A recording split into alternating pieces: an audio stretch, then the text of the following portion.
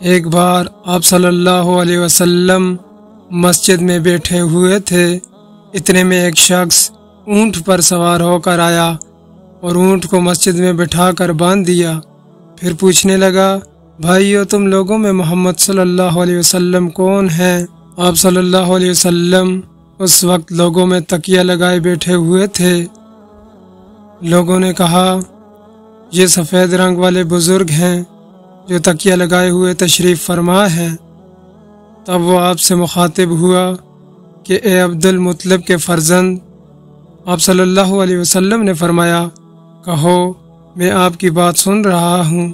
وہ بولا، میں آپ صلی اللہ علیہ وسلم سے کچھ دینی باتیں دریافت کرنا چاہتا ہوں اور ذرا سختی سے بھی پوچھوں گا، تو آپ اپنے دل میں برا نہ مانیے گا۔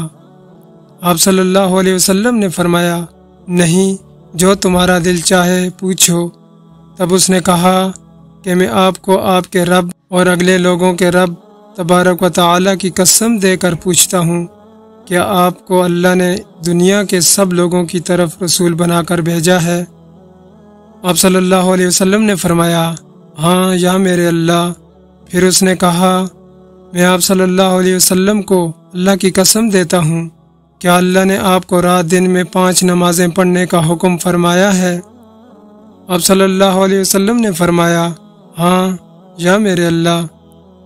پھر کہنے لگا، میں آپ کو اللہ کی قسم دے کر پوچھتا ہوں کہ کیا اللہ نے آپ کو یہ حکم دیا ہے کہ سال بھر میں اس مہینے رمضان کے روزے رکھو؟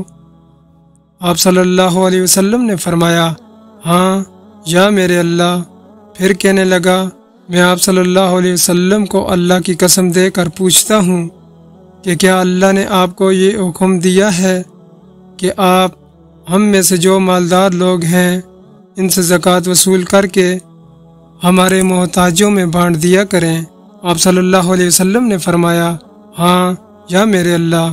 تب وہ شخص کہنے لگا، جو حکم آپ صلی اللہ علیہ وسلم اللہ کے پاس سے لائے ہیں میں ان پر ایمان لایا، اور میں اپنی قوم کے لوگوں کا جو یہاں نہیں آئے ہیں بھیجا ہوا تحقیق حال کے لیے آیا ہوں۔ میرا نام زمام بن ثعلبہ ہے، میں بنی سعد بن بکر کے خاندان سے ہوں۔ صحیح بخاری حدیث نمبر 63۔ رسول اللہ صلی اللہ علیہ وسلم نے ایک شخص کو اپنا ایک خط دے کر بھیجا اور اسے یہ حکم دیا کہ اسے حاکم بحرین کے پاس لے جائے۔ بحرین کے حاکم نے وہ خط کسریٰ شاہ ایران کے پاس بھیج دیا۔ جس وقت اس نے وہ خط پڑھا تو چاک کر ڈالا۔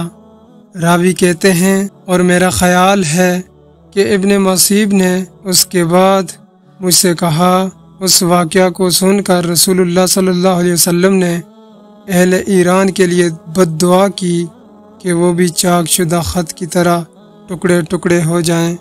صحیح بخاری حدیث نمبر 64۔ رسول اللہ صلی اللہ علیہ وسلم نے کسی بادشاہ کے نام دعوت اسلام دینے کے لیے ایک خط لکھا یا لکھنے کا ارادہ کیا تو آپ صلی اللہ علیہ وسلم سے کہا گیا کہ وہ بغیر مہر کے خط نہیں پڑھتے، یعنی بے مہر خط کو مستند نہیں سمجھتے۔ تب آپ صلی اللہ علیہ وسلم نے چاندی کی انگوٹھی بنوائی جس میں محمد رسول اللہ کندہ تھا۔ گویا میں آج بھی آپ صلی اللہ علیہ وسلم کے ہاتھ میں اس کی سفیدی دیکھ رہا ہوں۔ شعبہ راوی حدیث کہتے ہیں کہ میں نے قتادہ سے پوچھا کہ یہ کس نے کہا کہ اس پر محمد رسول اللہ کندہ تھا؟ انہوں نے جواب دیا، انس رضی اللہ تعالیٰ عنہ نے۔ صحیح بخاری حدیث نمبر 65۔